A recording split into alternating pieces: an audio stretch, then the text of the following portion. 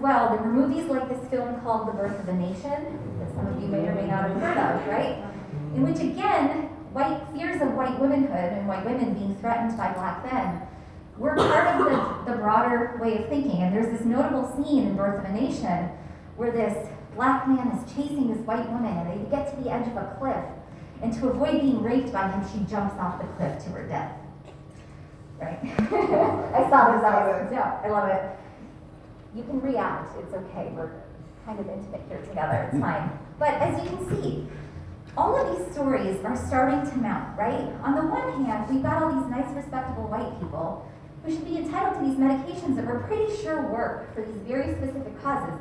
And sure, some of them are getting a little bit addicted. You know who the real problem is? These Chinese men and these black men, right? And so, as the time passed on, in 1906, we passed something known as the Pure Food and Drug Act. And this was actually like a good act. It was basically passed so that every time a drug was sold to people, you had to properly label what was in it, and it had to be tested to be sure that it had those contents in it. Consumer protections, why not? We need it. It was also where the FDA was created. It was in that bill. But it was one of the first federal bills to address drug use. But by 1909, we still wanted people to be able to get access to opiates in the form of heroin, hydromorphone, these other medications. But again, as I said, the Chinese people wanted opium. They smoked opium. It was a problem. So in 1909, we decided we were going to ban all imports of opium, and we were going to criminalize anyone found in possession of opium suitable for smoking. Fast forward, 1914. That was the year that newspaper article was that I just showed you. And we passed what was known as the Harrison Narcotics Act. And it was a tax act, and they basically said that you should be able to tax, that legitimate purchases of cocaine or heroin-containing products should be taxed in accordance, but that all other uses are not legitimate, right? So it was a way to build in a way to tax medical access, pseudo-medical access to these drugs. Right? And then, again, I could read into what some of these other laws are. I have them all written up here. The 1922 Jones Act.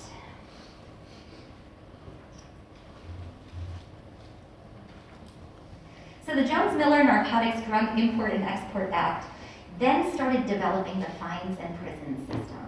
So like we started tacking on fines and incarceration as penalties for people who violated the Harrison Narcotic Act. So people who didn't have a legitimate prescription, who didn't pay a tax on what they purchased, were now introducing penalties. And I just want to take a pause for a second here, because I know we talk about the drug war as starting in 1931 with Nixon, but you can see that the foundation leading up to this was over a century in the making. And the first federal law that was associated with imprisonment, incarceration, and fines was 100 years ago now-ish, right? By 1924, heroin was too out of control to manage. It was time to kind of siphon off even heroin. So we could use other opiate extracts and medications, but heroin was starting to be used by unsavory people. So we decided that there was no legitimate use for heroin anymore, and now heroin was also tapped into criminalization, right? And then by 1934, we passed on a federal level the Uniform State Narcotics Act, and it pressured all 50 states to do something. So, you know, when we talk about US history, and I know a lot of us feel like that was a lifetime ago, remember we talked about the difference between like states' rights and like federalism? And for a lot of time, like our drug laws were very localized, right? So I said like the San Francisco ordinance was passed, but people were very reluctant to pass things on a federal level and codify things that all the states would have to do. But when we passed the Uniform State Narcotic Act, we basically bullied all 50 states, even the ones who wanted to opt out of a lot of the enforcement requirements, to have to opt in. There was no opting out. States all had to criminalize the same drugs now. They could determine different kinds of penalties. But it was a way of making sure all states were going to find state laws in addition to the federal ones that we were passing to criminalize these drugs. How are we doing? Okay. So we ended in like the 1920s. or 1934. But what also happened pretty soon after was, we forgot about marijuana. So cannabis was grown in the United States, largely in the form of hemp. That was an industrial material that was used for rope and burlap and a variety of kinds of materials that we used. And it was bred and cultivated largely without the psychoactive components to it. And so cannabis was like a non-issue. Although we knew that there were cannabis extracts that were often in those patent medications that I was telling you about. But again, we had a lot of Mexican migrant laborers, and I'm sorry that I have a newspaper article with a slur on it, but I also feel like a newspaper and our media were complicit in perpetuating racist language and depictions, so I'm using it for that purpose. So the Mexican Revolution happened. A lot of Mexican laborers came north looking for work, and a lot of people were displaced. And so they came through the Midwest, and they were workers. They were here working in the farms, and again, seen as competition to a white labor market that felt squeezed. And so they were being seen as a threat. Interestingly enough, they were starting to be associated with marijuana use and cannabis use, but Mexico had passed a marijuana ban years before. So marijuana was actually illegal, like federally, in Mexico. So it was all the more troubling that we decided to pin marijuana use on Mexicans because they actually had lower rates of marijuana use than we did at the time. But anyway, as you can see, we started to kind of make these associations between this substance and Mexicans. And we started to use a Spanish word for cannabis, which had only ever been known of as cannabis. And that wasn't just a coincidence. In choosing to use a word that sounded ethnic and different than to associate it with this ethnic troubling group that was coming in and taking all of our jobs, it wasn't a coincidence, right? And in addition to that, we were also starting to socially associate marijuana not just with them, but with other kind of outcasts out of the social norms of respectability. Musicians, artists, people of other different races as well, right? So it wasn't just that marijuana made Mexicans violent, but it also posed a threat with other deviant groups or other socially excluded groups. Sorry, what year was this? So what I'm gonna show you is 1937. 1937? Yes, I love it that you guys are you guys taking notes? I love it. Yes, the Marijuana Tax Act was passed in 1937.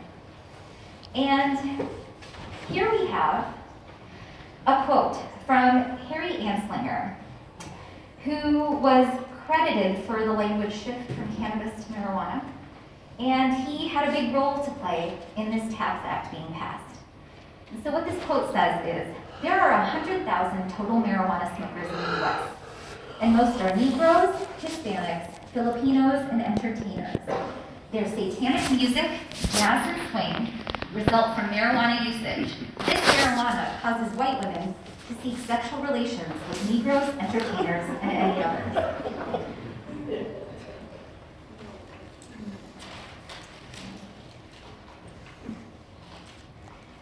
So, the Marijuana Tax Act was passed, later ruled unconstitutional. It's a little tricky, so like basically under the Marijuana Tax Act, if you wanted to use, you had to become a registered user and your doctor had to be a registered prescriber, and you basically had to incriminate yourself in the name of the law to say that you wanted to use it. And so it was eventually overturned soon after. But then we got an even tougher law. So in 1951, we passed the Boggs Act, and that's when we actually implemented mandatory sentencing for drugs. It's wild. Again, we pinned so much on Nixon, but so much was already happening long before he ever came into power, right? And in 1956, Congress passed the harshest federal drug legislation to date, the Narcotic Drug Control Act, which created these mandatory minimums and allowed for longer sentences for multiple convictions, right? And basically, the lines were beginning to get drawn, right? So let's fast forward to 1970, right? Because we think of Richard Nixon, right? He passed the Comprehensive Drug Abuse and Prevention and Control Act into law. And, you know, a lot of us, again, credit him with starting the drug war, but that wasn't actually the only thing he did. I'll pause for a second to say, it pains me a little to acknowledge this, but like, not everything in it was all bad. It was the first time the federal government also, in that act, actually associate, like, threw any money into research. That's actually when the National Institute of Drug Abuse was founded. It was the first time a federal law that was drug-related had money allocated to starting to do research. It allocated money for prevention, and it allocated some of the first federal money to treatment. In addition to creating the scheduling system that we all know, in which drugs are scheduled and ranked in by penalty and so-called addictiveness and scientific use. So it was actually a large, comprehensive federal bill, and who knows if something like that could have ever gotten passed today. And we are obviously living, decades later, with some of that infrastructure that this bill built.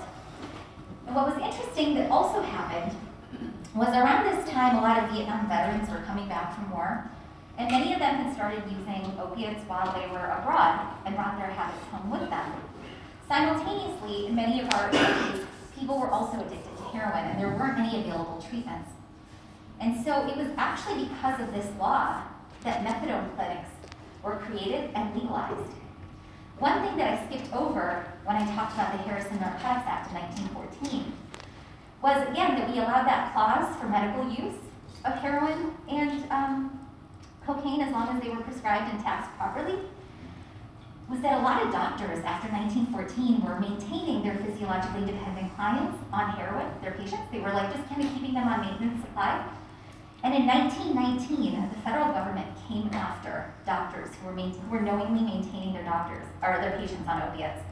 And so in this notable Supreme Court case in 1919 called Webb v. United States, it was the first time the government made examples of doctors for prescribing and knowingly maintaining their patients on a known safe supply of opiates.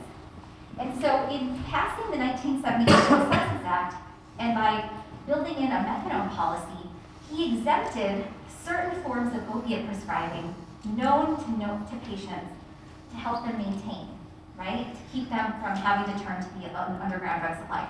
So the clinic system that we built, though, was incredibly structured, incredibly policed. It was highly enforced. Those of you who are familiar with how we dispense methadone in this country, it's the definition of criminalized treatment for a lot of people, right? Highly restricted. But methadone, as it was, would never have been legal if not for the 1970 Controlled Substances Act. So it's kind of an interesting thing. So don't say I was only shit-talking Nixon, although I feel like I'm in a safe space. So the other thing is that the Title II of this is what created the scheduling system as we know it, right? Drugs are scheduled 1, 2, 3, 4, 5, etc. And in theory, it's supposed to be associated with the scientific and medical research that shows that drugs in Schedule 1 have no medical utility and are highly addictive, right? And we put drugs like LSD, heroin, and marijuana in that level. And then other drugs like cocaine, steroids, other substance, methamphetamine, were actually given lower rankings. And we decided that in creating this system where certain drugs could be prescribed on a controlled level, highly restricted, right? You know, scheduled drugs like hydromorphone, all those kinds of, like a lot of the benzodiazepines that people take for anxiety, Adderall, Ritalin, those kinds of medications, do have addictive potential, but if they're prescribed by a known professional and monitored, if their prescriptions are monitored by the DEA, those prescriptions can be written but no one can write a prescription for a Schedule I drug, right? And instead of putting that authority under like, I don't know, the Food or Drug Administration, some sort of health authority, what did we do with the CSA? We made it the cops' problem. We gave it to the DEA. And eventually, years later, the DEA was formed. So the DEA's predecessor was given this responsibility. So that was another thing that Nixon did, was he was like, okay, let's create a controlled substances schedule so that we allow some people to get medical access to certain drugs. And we restrict other ones, and we have penalties if you have the drug without a prescription. Sound familiar? We've been doing this all along, right? And it was meant to kind of keep medical treatment for some, but not all, right? And looking back now, John Ehrlichman, who was the counsel and assistant to Nixon, was quoted in an interview in Rolling Stone just a few years ago. And he actually said, you want to know what this is all really about? Nixon had two enemies, the anti-war left and black people. We knew we couldn't make it illegal to be either against the war or to be black. But by getting the public to associate hippies with marijuana and blacks with heroin, and then criminalizing both heavily, we could disrupt those communities. Did we know that we were lying about the drugs? Of course we did. So this goes to show that Scheduling 1 of those drugs that were highly addictive, had no medical use, it wasn't a coincidence that those drugs ended up there, that marijuana ended up there, that heroin ended up there, that a lot of the psychedelics that were being associated with like kind of the hippies ended up there. And all the other drugs had lower scheduling ranks, lower associated penalties, and had very like direct avenues for people to get medical access if they want it. And in addition to this, we also started making domestic law enforcement of drug laws and international enforcement more of a priority. Because the thing is, believe it or not, in like the early 70s, cops didn't want to have anything to do with, arresting users. They weren't really that interested in users. So the feds actually had to incentivize the enforcement of drug laws because they needed to have a reason to go after people who use drugs. And, over the years, we promised more and more to law enforcement through civil asset forfeiture, which happened a lot in the 80s, through allowing them access to leftover military-grade equipment so they could fight our wars on our streets, right? These were the kinds of things that actually had to be done to convince a lot of law enforcement to enforce this and to make it a priority to enforce our drug laws. So another thing that doesn't get talked about a lot is that while we were criminalizing drugs, the tools or the supplies to use drugs lived in a gray area. Yeah, there were some states that had started limiting sales of syringes. Maybe you had to have a prescription.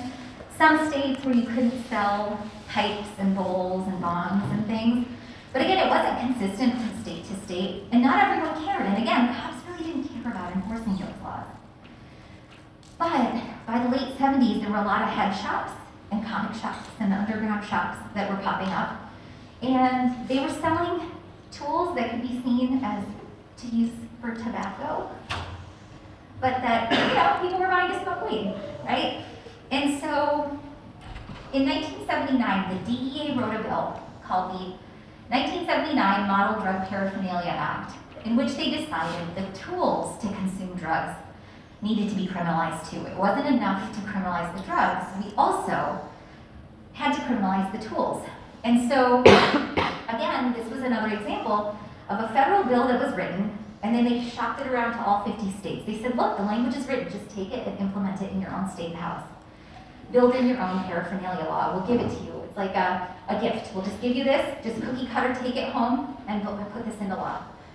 And so what it deemed as paraphernalia, this is why I hate using the word paraphernalia. I always say like drug tools, drug equipment, drug supply, name a needle, name a pipe, name whatever it is. When you call the drug equipment paraphernalia, you're using cop words. And I don't use cop words when I'm talking about the cop laws. But here's what they called paraphernalia. All equipment, products, and materials of any kind which are used, intended for use, or designed for use in planting, propagating, cultivating, growing, harvesting, manufacturing, compounding, converting, producing, processing, preparing, testing, analyzing, packaging, repackaging, storing, containing, concealing, injecting, ingesting, inhaling, or otherwise introducing a human body with a substance. Right, that's a lot. And not all states took this cookie cutter language and implemented it into their state laws, but a lot of people did. They just copy pasted and brought it in. But this was a deliberate activity, right? Because fast forward to the 90s, and not only do we have an HIV crisis among our queer communities through sexual behavior, but we also have an HIV crisis among people who inject drugs. Why? This shit.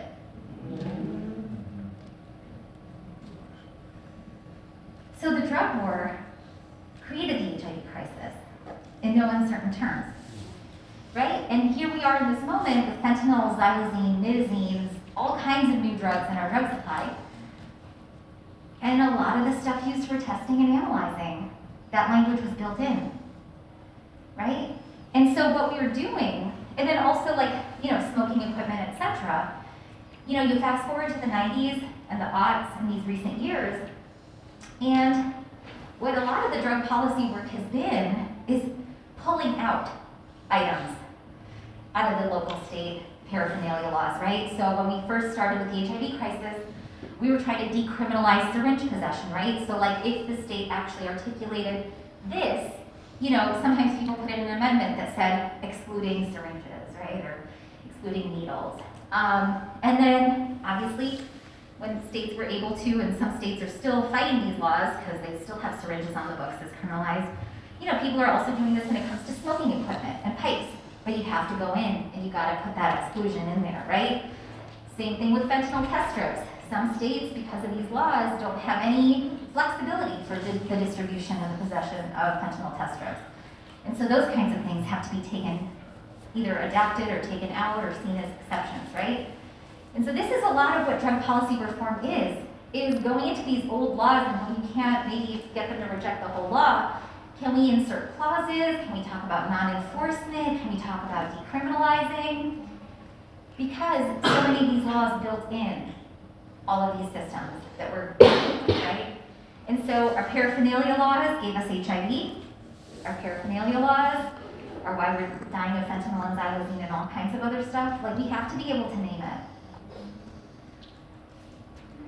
How are we doing? Do we need to like stretch? Should we do like a little stretch?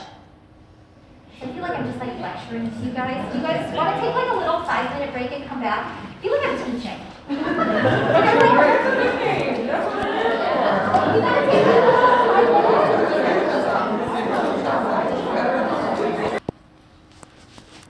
The Reagan era policies and crack cocaine. Now I could go into more detail. I'm gonna like do this and then like talk a little bit more, but then I'm gonna get into like today and what we're dealing with today, because I could go on more. But come the 80s, we have Reagan in power. He was known for passing the 1986 crime law that only solidified more of our drug enforcement. It started creating those incentives that I was telling you about in terms of like excess military equipment going to cops, allowing civil asset forfeiture, a lot of this building up more of an enforcement apparatus, locked in more penalties. And this was a time when crack, like cocaine was big in this country in the 70s. It was part of the party scene. Also in the 80s. And it's not that people weren't freebasing or smoking cocaine before crack hit the scene. But crack emerged in markets, and it was being used by white and black people alike, people of all races, people of all socioeconomic statuses. But Reagan came with a lot of disinvestment in our communities, right? So both the militarization of our police, but also like wanting to privatize a lot of public services, imposing a lot of restrictions on federal government benefits, and we did not spend as much in helping and supporting our communities as we did in punishing them for a lot of the problems that they were facing, right? And so a lot of the problems that were, the challenges that were being faced in inner cities, but also in rural America, were a result of disinvestment. But crack cocaine was often pinned as the cause of a lot of the problems that were actually social, structural, economic, and policy choices that we had made as a country. And so crack came on and everyone was like, oh, it's this new drug. And it's highly addictive, and it makes people violent, and the babies are born weird, and they have problems, and it fed into the worst like racist tropes, classist tropes that we had.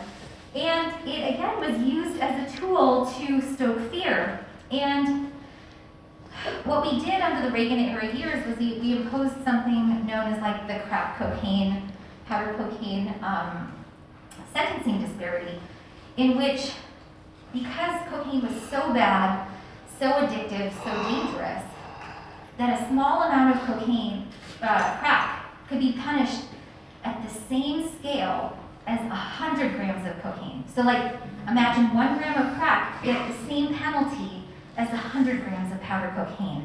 And the argument was that there was something so uniquely toxic, dangerous, harmful, disruptive about crack that we needed to make sure that people knew it was bad and we had to punish them hard for it because we're doing it for their own good, right? But cocaine doesn't cause any problems, right? And again, it was enforced in a very racialized way, in a very classed way, right? People who don't have the resources to mount a defense were not able to defend themselves against these charges, whereas people with a lot of resources could still find a way to get off, right? And, us in the advocacy space, we were part of some of these efforts, we at DPA, several years ago under the Obama administration, in doing the best we could to reduce those sentencing disparities down to 18-1. Again, this is where the yucky, gross, terrible kind of like politics of it all shows up. We were able to reduce those disparities, but we weren't actually able to eliminate them, even though pharmacologically, if you look at the molecular structure of these drugs, they're virtually undistinguishable from one another. And oftentimes our brains don't respond to those molecular differences in very significantly different ways either, right? But I could go on more into like the 90s and the aughts, but I feel like I wanted to give you guys at least some sense of like the foundation of where we're fighting from, right? And where we're going. Before I move on to our policy priorities, do people have questions they want to get into now, or do you want to hold them till the end? Okay. So DPA just launched our new strategic plan, in which we are focusing in 6 different ways to address facets of the drug war and the ways our drug laws are enforced, but also how we treat drug use and people who use drugs, right?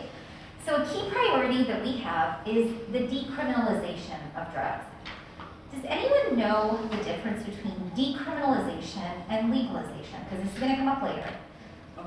Yeah. I'm sorry. This is a safe space. I'm loud. Am I not? No, this room, yeah, go ahead.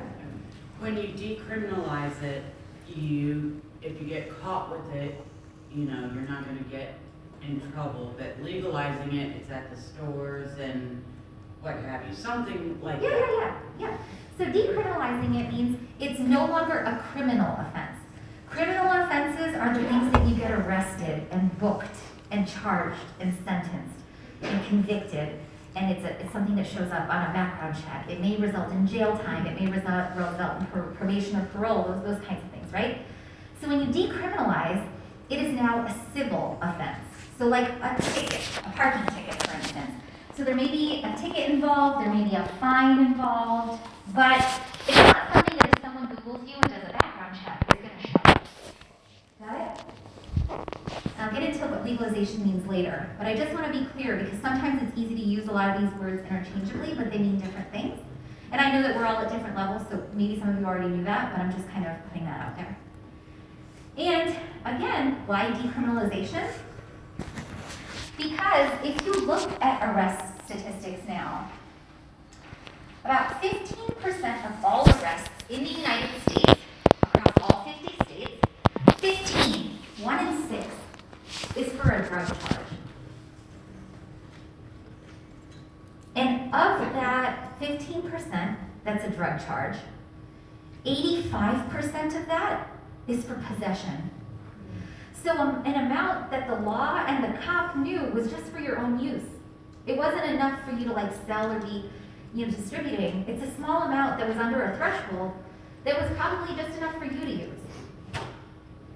And so that's where we're at right now, where basically we are spending so many resources on arresting people, 15%. More people are arrested on drug charges or for drug offenses than all violent crimes combined. So that means rape, homicide, but it also means like a lot of like the other stuff as well, like petty charges as well. And so like, as we said, right, in the 70s and in the 80s, we had federal laws that said drug offenses should become a big priority. And this is what it ended up looking like, right? And when you look at arrest disparities in terms of race, we know that Black, brown, and indigenous people have significantly higher rates of arrest than white people.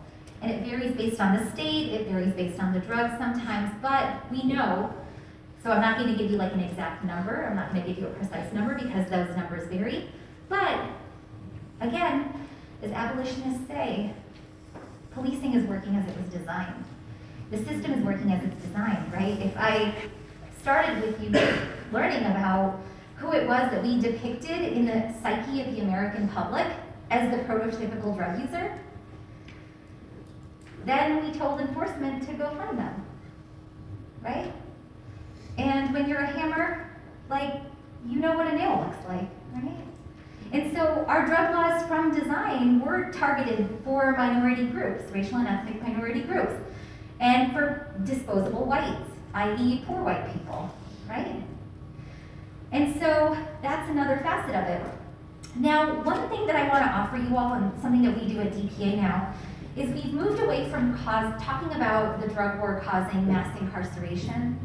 We don't say it anymore. We instead say it causes mass criminalization. And one of the reasons why is actually a lot of the reforms that we were able to pass has actually reduced the number of people charged with drug offenses to be sentenced to jail or prison time. So it was a significantly high portion before in the 80s and 90s, and so calling it mass incarceration because of the drug war was accurate. It is no longer that accurate anymore, but it's still awful. So like 20% of people in jails and prisons are there for a drug charge, so it's not like it's an insignificant number, but that number has been on decline for a number of years. But it's still an issue, right?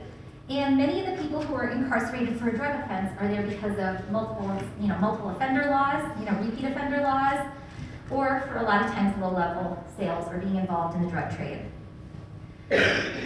And one of the solutions that we are advocating for is drug decriminalization. And we were able to see this victory through in Oregon in 2020 when we worked with advocates on the ground to propose a bill to decriminalize drugs under a certain threshold for personal possession, so that if someone was found in possession of a drug, they would be offered a fine, a $100 fine, that could be waived if they completed a health assessment. And then they had voluntary referrals to other kinds of services if they so chose them. But the real exciting thing about it was that it allowed us to earmark cannabis revenue money to invest into the treatment, recovery, housing, supportive services, infrastructure in ways that was otherwise unprecedented. One of the biggest reasons why we chose Oregon was because before we passed Measure 110, it ranked 49 out of all 50 states in access to treatment. They had an incredibly restricted level of care, like access to services, so like they didn't have every level of care available in every county. So sometimes you'd have to go to the next county over for an outpatient program, or there wasn't a bed around, or like there wasn't a recovery program, or like the hospital didn't have a detox unit. And so we purposely picked a state that had very little infrastructure so that we could put the money into the infrastructure to build that infrastructure. And we made sure that the money from Measure 110 was going to be used in ways that other funds could not be used, right? So like when you get Medicaid reimbursement for something, like, it goes towards staff, it goes towards, overhead costs and whatever, but like you can't use Medicaid money sometimes if you're a program to like buy a van to do outreach, right? Sometimes like your grant funding won't let you hire peers, right? Some of those like contracts have very limited language. So when we developed the system in which we were allocating these hundreds of millions of dollars in the system, we said, use it for those projects that you couldn't afford to buy or do with the kinds of funding streams that you have. And earmark specially funds for Black and Indigenous groups so that they could do outreach in their own communities, because these were communities that were most criminalized. In Oregon, it's a largely white state, but there are Black and brown people there, and they do have disproportionately high rates of arrest. So they earmarked funds even specifically to be used for minority programs serving minority communities in a way to kind of target for those communities. And they also made sure that every county had a resource network that was going to make sure that the entire continuum of care would be available in every county. They knew who the money was going to. They had a grants review process, an oversight accountability commission. They did all this really great work. Now, it's been a couple years, and what you can see is this is a paper that I co-authored in which we actually looked at what happened to arrests after Measure 110 was implemented. It was implemented during COVID, partially during semi-lockdowns when police weren't necessarily arresting people as much. And so we did a study in which we looked at the trend lines to see was there a significant difference and how much arrests dropped after Measure 110 was passed compared to how much it would have looked like during COVID. So as you can see, like this was the arrest trend line before COVID started. This is the arrest trend line during COVID before Measure 110 was implemented. And this is what it looked like after Measure 110 was implemented. And this was seen as a statistically significant difference to show that beyond the COVID reductions that could eventually go back up again, Measure 110 dramatically reduced arrests. And when you looked at the over $300 million that was allocated to support services, the first $30 million was dispensed right away, and it went into all of these different kinds of housing and support services, harm reduction services, things that you can't get federal grants to pay for. You know, they were able to buy pipes and things like that, right? And you know, some of the other money is still waiting to get dispensed. And you know, COVID slowed everything down, right? So we're trying to build this infrastructure. As Cassandra said, prohibition took years to build in her plenary this morning. It's going to take a while for us to build up a system as an alternative. We're being held to a very different standard, but this is really exciting. And this is one of the things that we at DPA are trying to advocate for. Reducing the criminalization of drugs while simultaneously expanding access to voluntary services so that we can meet the needs of our communities, right? Another area of our work is what we call our civil systems work. So when I said we moved away from calling it mass incarceration and now we call it mass criminalization, the reason why is, okay, so sure, people aren't going behind bars as much for a drug charge. But that charge is going to be on the record for the rest of their lives. And that is mass criminalization, right? And that charge can lead to effects in all of these facets of someone's life. And I highly recommend, if you're with your phones, quickly go to uprootingthedrugwar.org, where you can download this 6-part report series.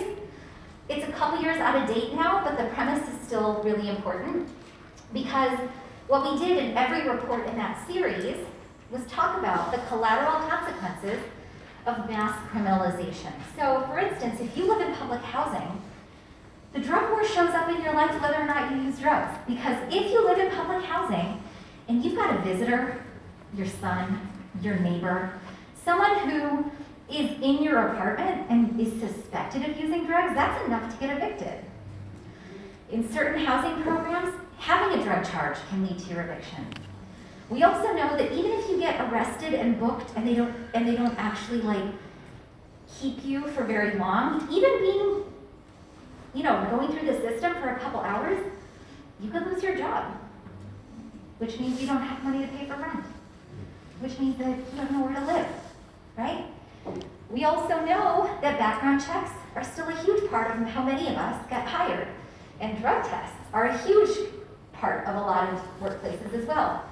So the drug war shows up at your place of work. If you've ever been tested for a job or had a background check for a job, you've had to face the drug war. Did you leave it unscathed?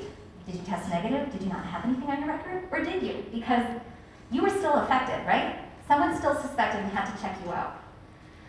Public benefits, right? Many communities, if you have a felony charge, if you have an arrest or a misdemeanor, it can affect your ability to get cash benefits, food assistance. And again, now if we think about the way our drug laws are written, we say, okay, well, it's only for people with felonies. So the average person who just gets arrested on possession, they don't have to worry about that. The problem is, when we think about the way that policing works, and it's the same communities that get policed, patrolled, enforced again and again and again, it's not that certain communities use drugs at higher rates than others, but when you're policed enough, you're gonna get caught, right? Even for your occasional use, even if you don't have a problem. And so, these repeat offender laws are really the stuff, they really all they do is they just tell us you've been over-policed, right? Because they found you, they were looking for you, they caught you, they just kept catching you, right? And every time you get charged again and again and again, that's when you get harsher penalties. That's when a misdemeanor sometimes does turn into a felony, right? You get behind bars longer. Immigration. Did you know that every 9 minutes someone is deported because of a drug charge? Drug charges are one of the leading reasons for deportation in this country. The drug war is an immigration issue. Child welfare. We know this, right? Whether or not you consent to being drug tested while you're pregnant or at the point of delivery. We know that this means like having a drug, suspected drug use and a mandated reporter like me, a social worker. I think she's using drugs. Let's go check her out. Let's take her kid away. She's not a fit parent. Using the results of a drug test to decide whether someone's a good parent, right? When those things are two different things entirely, right? And then in the education system, why do we have more cops in schools than counselors? Why do some people have to go to school where they've got drug-sniffing dogs? Why do kids suspected or found to use drugs get kicked out of school instead of getting more help in school? Right? So all of these things are part of our work at DPA, and so this is part of our civil system mass criminalization work to kind of get to uproot the drug work, pull it up by its roots. Because it's not just in the criminal legal system, guys, it's fucking everywhere. So my colleague Melissa Moore leads on this work. She's been doing incredible stuff.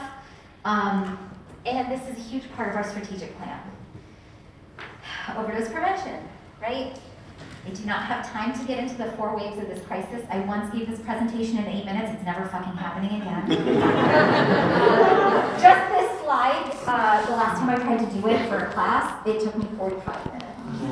I am not going to get into it, but I would love to talk to you guys about it. This slide also took me a really long time to put together. I'm very proud of it. But what this illustrates is what many of us call the crisis that we're in. First of all, we at DPA don't call it an opioid crisis. We call it an overdose crisis because pinning it on a single class of drugs focuses our solutions only on one drug, when polysubstance use is a broader part of our picture, and also stimulant-involved overdose deaths is a thing, right? But to give you a quick rundown, right? Wave 1, as many of us know it, was when we started seeing upticks in overdoses involving prescription opioids, right? What did we do by 2008, 2009? PDMPs, prescription drug monitoring programs. We cracked down on prescriptions, cracked down on so-called pill mills, cracked down on prescribers, scared the shit out of them, started reducing our prescriptions. People started shifting because they had physiological dependence. Many of them had untreated pain to the underground market, and that's when we started to see what many of us call wave 2, which is when the heroin line started going on, right? And again, these first 2 waves, mostly Appalachia, Middle America, again, the demographic was largely white, was largely blue collar or low income, and was often very young. However, 2013, something happened. We started to see that the heroin supply could not keep up with increasing demand. Because unlike pharmaceutical opioids, which can just be made in a laboratory with precursor drugs, when our dealers and suppliers had to be able to manage increased demand on the heroin supply, which had been pretty consistent for a while, heroin comes from the poppy plant. The poppy plant has a life cycle. You can't just say, I need to make more heroin tomorrow. It's not going to happen. And so as we started cracking down on heroin supplies, as these overdoses started going up, there wasn't as much heroin to go around. There was a larger pool of people trying to tap into that market, and suppliers needed to find a way to meet demand that wasn't responsive to the life cycle of a plant. And that's when most of us here on the East Coast started seeing the fentanyls emerging, right? And that's what many of us call the 3rd wave of the crisis. This is also when entrenched heroin markets in many of our cities, in many of our reservations, in many other parts of the country now got squeezed. And so people who had nothing to do with opioids, their heroin supply that had been reliable for decades, all of a sudden became highly potent. So this is also when we started to see Black and brown and indigenous overdose deaths involving opioids change. We started to see cities having higher rates of overdose deaths, predominantly here on the East Coast. But this is when the face of the crisis changed, the region of the crisis changed, the drug of the crisis changed. But many of us are still reading stories talking about it like it's these times. How many times do I have to talk to a fucking journalist about prescription opioids? Like, hello. No one's using them. They aren't anywhere. No one knows how to find them. But anyway, and here we are now in what's called the 4th wave. It is the stimulant / fentanyl overdose death rate. And so cocaine and methamphetamine being this blue line, and cocaine are now the number 2 and number 3 drugs found in overdose decedents when doing laboratory results. It could be that they use the drugs together. It could be that I used cocaine yesterday, but the fentanyl killed me today, but I tested positive and the coroner decided to give me both on the death certificate. There's a lot of factors in there, but we are here in what many of us call now the fourth wave. It's very clearly a polysubstance wave. It's very clearly a diverse one. In many cities across the country, New York included, Black men are the demographic dying at highest rates of overdose. Indigenous people have always had high death rates of methamphetamine, and their death rates associated with methamphetamine are astronomical now. And so we're seeing the face change, the communities change, but the narrative is often still saying the same. But here at DPA, one of the things that we were fighting against in 2018 was a move during the Trump era when they decided that because not only fentanyl was in our drug supply, but like carfentanil, acetylfentanyl, all of these fentanyl analogs were entering the drug supply. And they were like, you know what? Maybe we just aren't punishing people hard enough, and we need tougher laws for these drugs, and that'll get them to stop selling them. And so they implemented harsher penalties against fentanyl analogs. And what do you see? Xylazine, vitizolam, nitazenes. Many of you live in parts of the country now where, since we now over-penalized all these fentanyl analogs, drug dealers are just looking to add different kinds of drugs to stay one step ahead of prohibition. And we said that we didn't need class-wide scheduling for fentanyl analogs because our drug laws were already harsh enough, right? And making the penalties harsher wasn't going to change things. And we also said it was going to entrench racial disparities. To this day, 75% of people charged with fentanyl trafficking are Black and brown. So again, these are the laws working as designed. And then of course, here's the COVID line, where you can just kind of see how astronomical that is. I don't know, that wasn't 8 minutes. I don't know what that was. That wasn't 45 either. So, in light of the overdose crisis, opening overdose prevention centers is a key priority for us.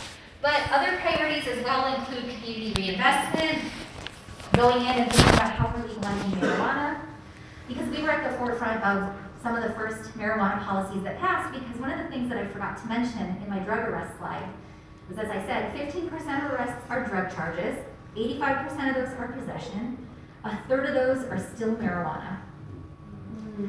So legalizing marijuana is a way to take the teeth out of the criminal legal system, and so that continues to be an area that we've been working in, because that's one way to reduce overall arrests in many states.